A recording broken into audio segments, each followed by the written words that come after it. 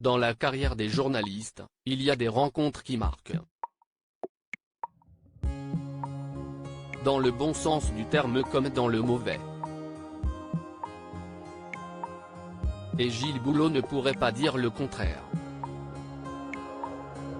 Employé du groupe TF1 depuis 1986, le présentateur du JT de 20h de la première chaîne a eu l'occasion de rencontrer de nombreuses célébrités.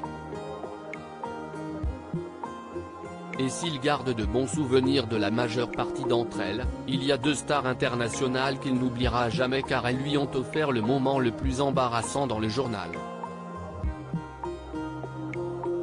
Mon moment embarrassant est un échec professionnel, a-t-il raconté à Pure Média.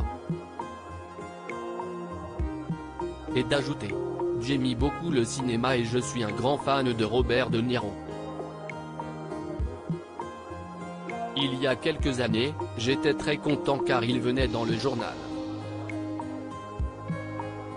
Je savais qu'il était taiseux, cela ne m'avait pas échappé. Il était venu avec Michel Pfeiffer pour un film dont j'avais compris très rapidement qu'il n'y était pas très attaché, s'est souvenu Gilles Boulot. Sur le plateau de TF1, Robert De Niro et Michel Pfeiffer n'ont pas du tout joué le jeu.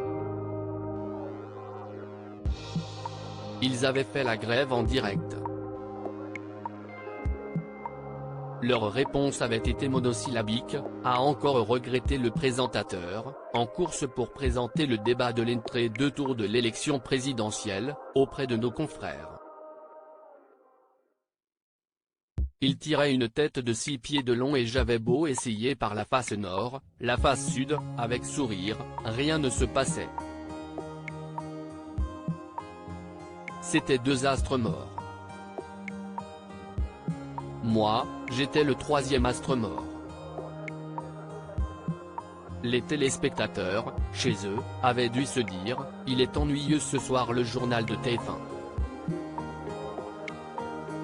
C'était un échec.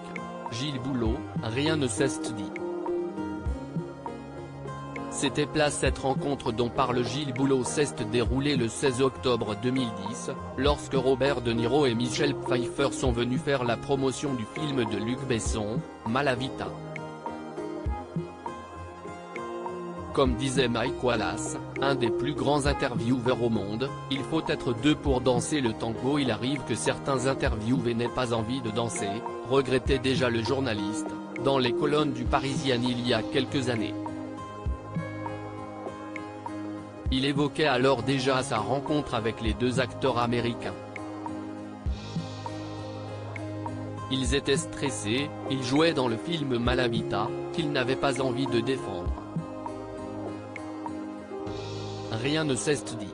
C'était plat, se souvenait-il.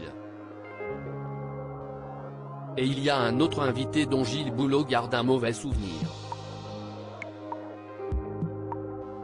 Avec Pierre Moscovici, alors ministre de l'économie, en décembre 2012, cela a été laborieux, racontait-il à nos confrères.